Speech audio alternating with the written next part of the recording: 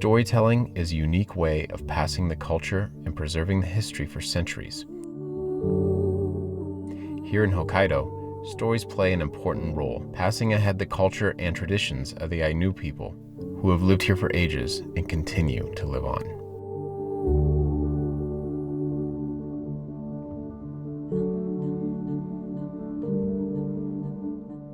It only takes one person to share something to inspire an idea into the whole world. We will learn about Isabella Bird, who did just that back in the day while traveling to these parts of Japan to learn about the Ainu people. On today's adventure, we'll dive deep into Ainu culture and dive deeper into their lives, experiencing it firsthand. You'll also learn more about nature's bounty as we cycle from the top of the mountains thick in the forest and make our way down to the sea.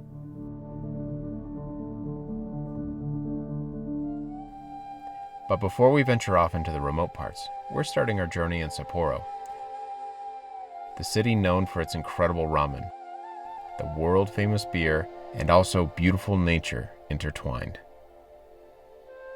Sapporo is the capital of Hokkaido and the perfect jumping-off point for adventure travelers. It is a large city with a population of nearly 2 million that is developed as the center of Hokkaido. But it is also close to nature with its abundant seasonal beauty.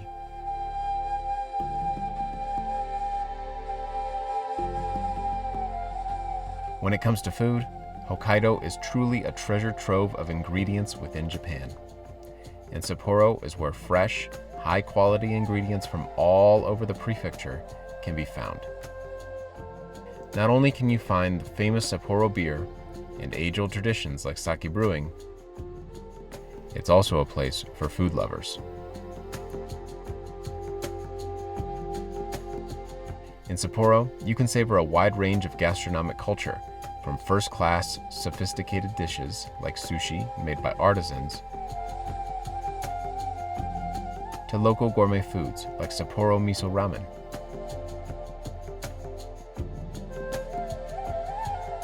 But we haven't talked yet about the most unique thing about Sapporo: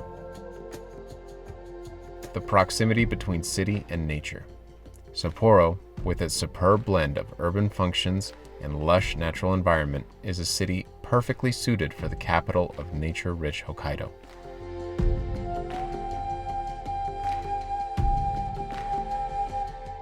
A short subway or streetcar ride will take you to Mount Moiwa and Mount Maruyama.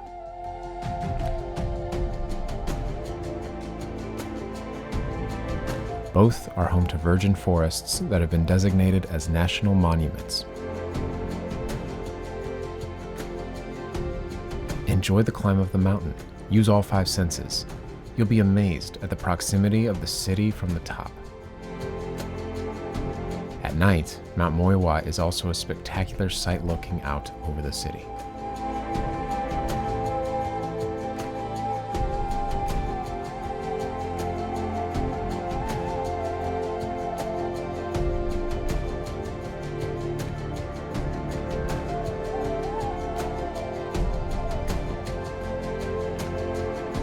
The art and art scenes in Sapporo are seamlessly integrated into the natural environment too. This is the Hill of the Buddha, which could lay claim to being the single most photogenic piece of open-air art in Japan. The work of acclaimed Japanese architect Tadao Ando, the hill features a 13.5-meter Buddha statue placed in an underground shrine, which from the outside appears as a giant mound with just the upper third of the Buddha's head poking above the ground. The sheer scale and surroundings make the Buddha so striking. There are many other nature-driven rivers, parks, and springs to explore throughout your time in Sapporo as well. The Toyohira River riverbed is a popular in-city cycling spot for the citizens of Sapporo. Roads and paths in Hokkaido are said to be wider than those in Honshu, making for a spacious and well-suited environment for cyclists of all levels. Another urban oasis at Nakajima Park, you can see Mount Moiwa in the distance. There are over 5,000 trees planted in the park. Jozankei's hot springs naturally flow out from the riverbank and cracks in the bedrock near the upper reaches of the Toyohira River, which flows through Sapporo City. Winter is a beautiful season to visit Sapporo as well. The ice-cold air from Siberia blows across the Sea of Japan, creating generous snowfall, making it a paradise for winter sports lovers everywhere.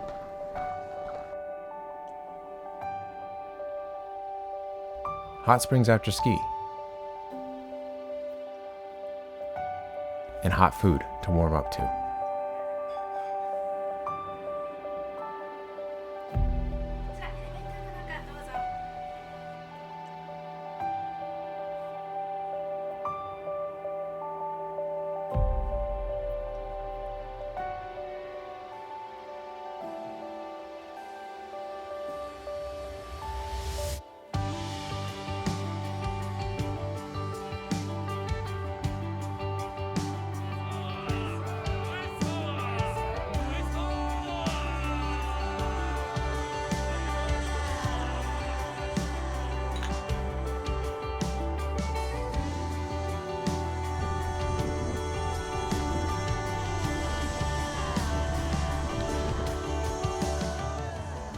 The beautiful powder days aren't only for skiing.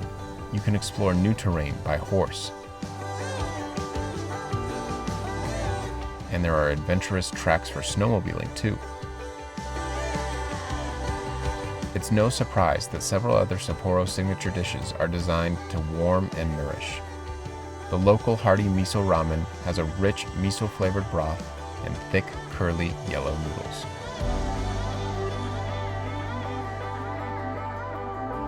There is no other city in the world where you can enjoy powder snow during the day at one of the many ski resorts in the city, and then go downtown at night to enjoy the local food, drinks, and interact with the locals.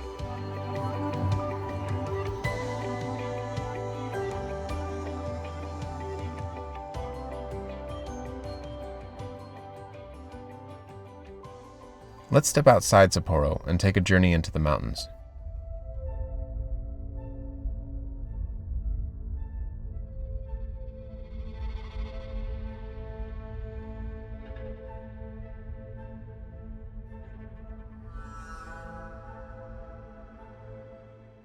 We follow the Mukawa River, one of 13 Class 1 rivers in Hokkaido. The Mukawa River runs from the northern Hidaka mountain range all the way out to the Pacific Ocean. The river is a major provider that carries the nutrients from the forest to enrich the animals living in the sea.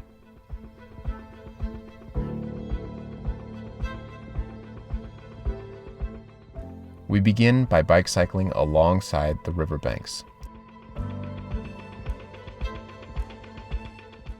In this area, the river starts small and narrow. The trail here is packed gravel, one that is smooth and flat to start but progresses to go downhill. The rugged landscape you're cycling through was formed by the sea floor rising up. There are also plenty of fresh foods to forage here in the forest. We're grabbing a fresh snack before continuing the ride.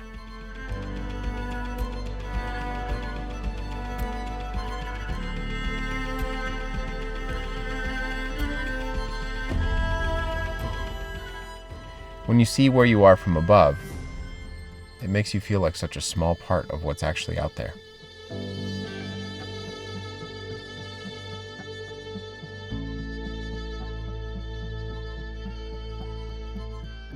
The topography in this area makes for a fun cycle route as we make our way downhill to the next adventure, hopping in the river to raft down.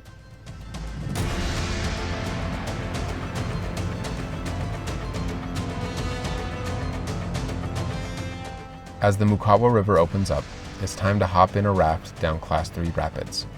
The adventure starts out calm, but as the river begins to rush down, it widens and the thrills begin. You'll see the landscape change as you wind your way down. Look out for the red and blue rock. This shows where the seafloor was in the past when this area was once covered completely by the ocean. Though the river is flowing today, it's not always this way. In fact, 60 years ago, the water began to lower each year. This was due to deforestation.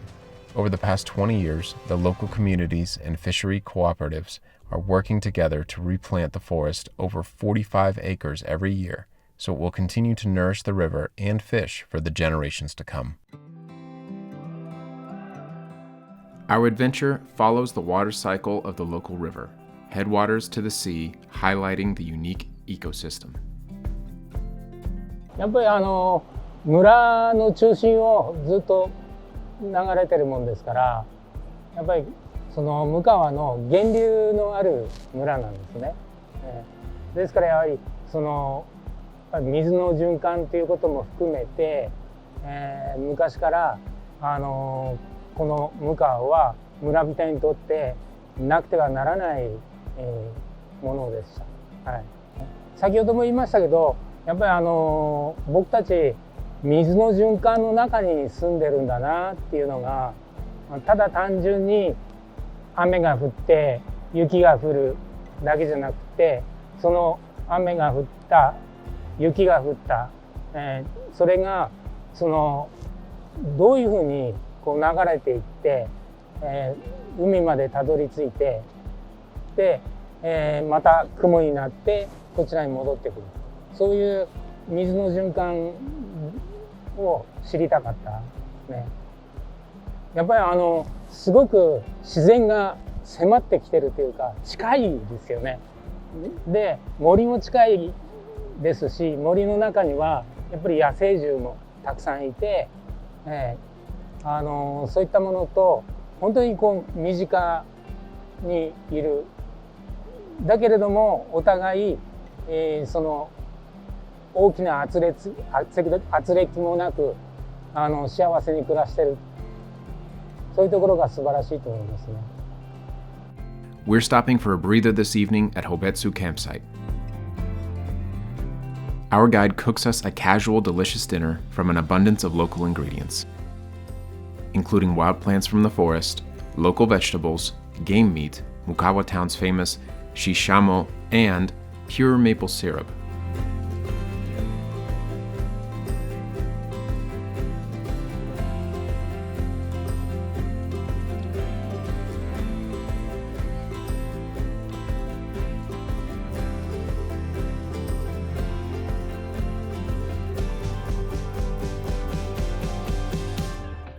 The Akaiwa Saigankyo Canyon here is breathtaking, and you can see huge pieces of red chert.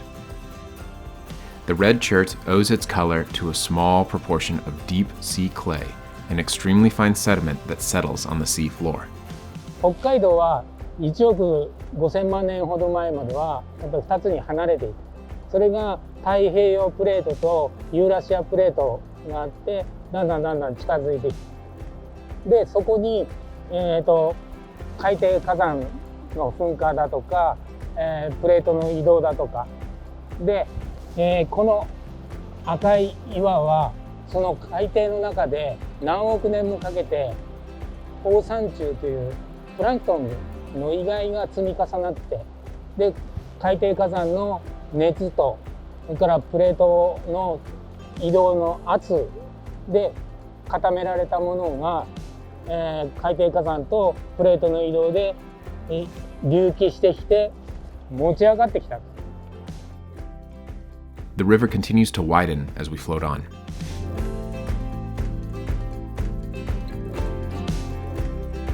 You can see the sheer power of Mother Nature as it pushes its way down the mountain toward the sea. We will raft the rapids and will be able to notice how the water has carved out and changed the landscape over the years. We're even passing a few waterfalls now.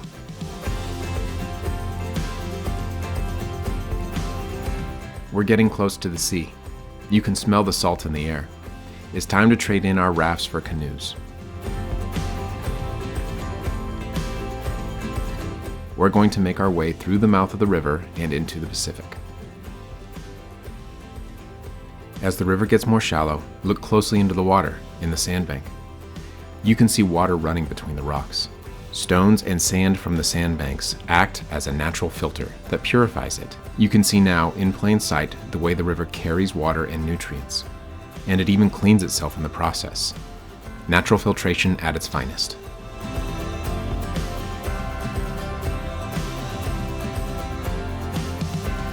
As a circle of life, so to speak, the water flows from the headwaters to the sea, evaporates and forms clouds, and then arrives back at the start as rain, completing the system. So we canoed the Mukawa River all the way to the ocean. It was very thrilling. What an exciting experience. I enjoyed it. The best. We're now paddling down the coast and we'll head back to land for our next adventure to learn about the Ainu culture with first-hand experiences. Moving south down the Pacific is the Hidaka area. In a hard-to-reach part of the world at the time, Isabella Bird, the British explorer, set out to Hokkaido and spent several days learning the ways of the Ainu. She brought the message to the world. We can do just as she did and experience the culture firsthand.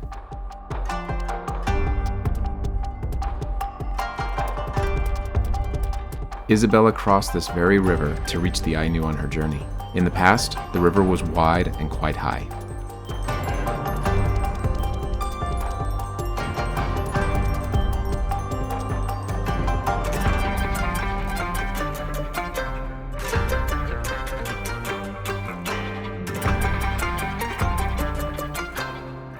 Footpath was really interesting. It's great to be able to walk on a path that a Westerner walked over 150 years ago. It's amazing to think that a woman would do something like that, or anyone would do something like that in Japan on their own in that time period. I think it's great that there's a connection there with the Ainu and the Biratori area. There's some nice views, great nature to see while walking a historical path. We now travel to the last destination of our walk, Yoshitsune Shrine.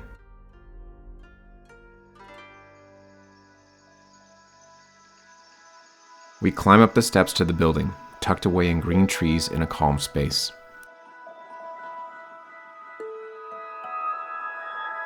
We step into another world when we enter through the black gate that leads us to the shrine. Surrounding us is the amazing architecture and culture that the shrine holds. You hear the sound of running water in the distance, which creates a calm and peaceful atmosphere.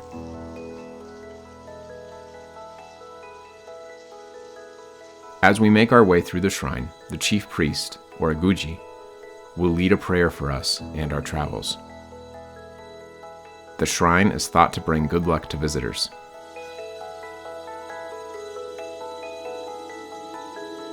The ceremony was a great finale. The ceremony was very interesting. I've never been inside a shrine like that and participated, so it was a little nervous. I was a little nervous, but it was fun, and I really could feel the energy when they beat the drum. You can feel it like a vibration in your body. It's like you're in the drum. So that was quite an experience, and it made me think a lot more about Japanese religious culture and Shinto beliefs. After leaving the shrine, we're at Nibutani Ainu Culture Museum to learn about Ainu culture and see more Ainu artifacts.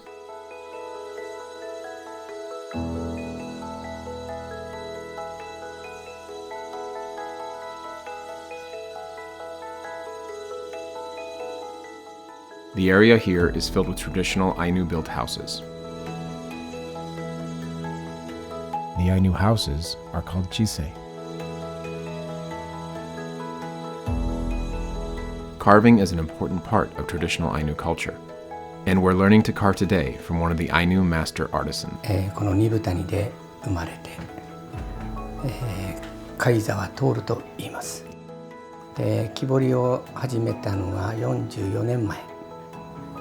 18歳から屋号が北の工房勤っていうのは父親の名前で50年ちょっとで、ルーツっていうと、曽祖父の時代からこの伝統工芸品を掘り続けているというところです。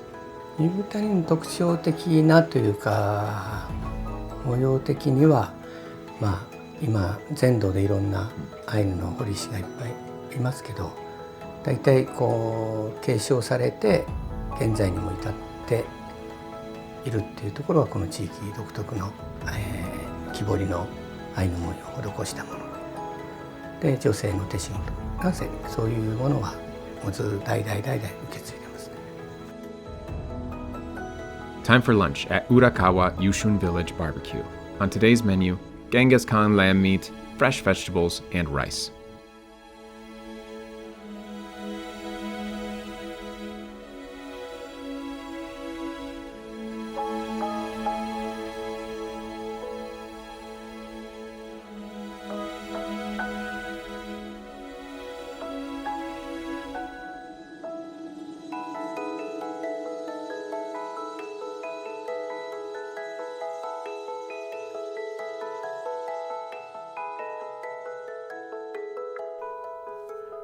On a good weather day, we'd hike Mount Opoi, but today we have high winds.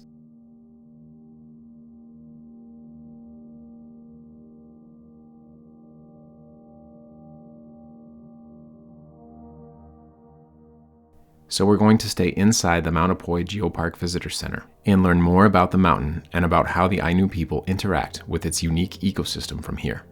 The Ainu lived in the area long before the Japanese ever came here. And Mount Opoi, known as Apeoi Nupuri, was very special, sacred to the Ainu people.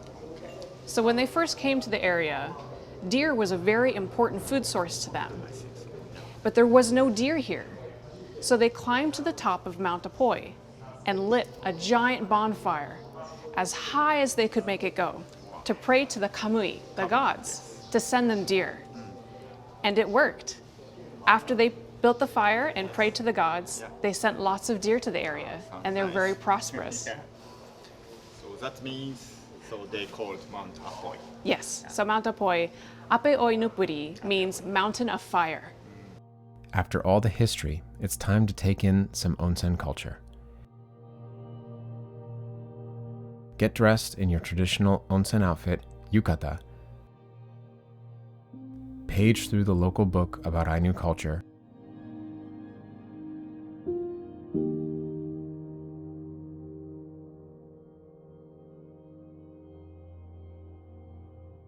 and unwind in a hot spring bath.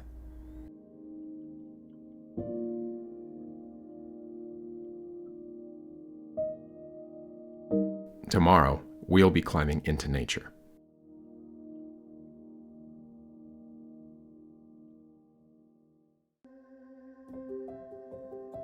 Staying at a traditional hunter's camp, you will learn how to set it all up like the Ainu did.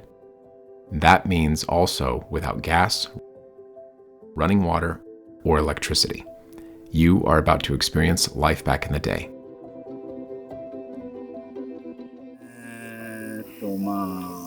僕は30歳ぐらいの30の時に、鉄砲の免許を取ってそれから狩猟民族になりたいなっていう感じで狩猟生活をしてるんですけれども、その中で今こうやって仲間たちがワークショップみたいなことをやってみればいいんじゃないのかっていうことでこういうキャンプをやってるんですよね。で、鉄砲を持ったきっかけも子供の頃からずっとやりたかったし、狩猟民族だっていうことでもあったし、自由に鹿肉を食えるってすごいいいなと思ってやってたからね。で、なんとか取ったんですけれども、You will have a unique outdoor experience with an Ainu-style ceremony. Kamui, the Ainu deity, holds a lot of meaning and importance to the Ainu culture. You're watching Ainu traditional ceremony now. At the beginning of setting up camp, we ask the deity to let us enter the forest and to keep us safe. Today, we pray to a familiar deity, Ape Husi.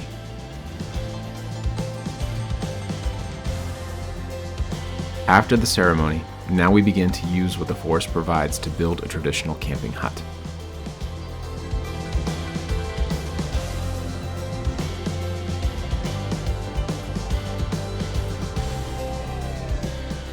This one-of-a-kind invitation allows you to step into yet another part of the Ainu culture. Now, we are getting a fire prepared with the trees from the surrounding woods. It's time to prepare and grill lunch. But first, our host wants to show us how he lives off the land through all the seasons.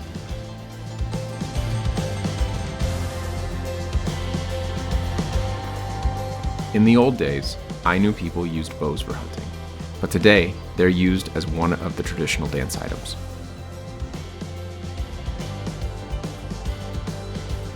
Let's head back to the campfire and cook our lunch, local deer.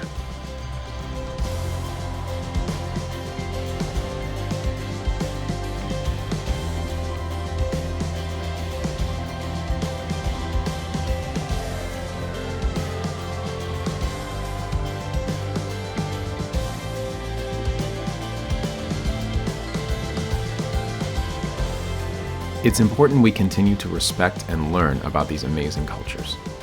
Dialogue and experiences through cultural heritage will open up new possibilities for the future of Hokkaido. As the Ainu continue to share their stories of nature, we can continue to learn about these more remote parts of the world.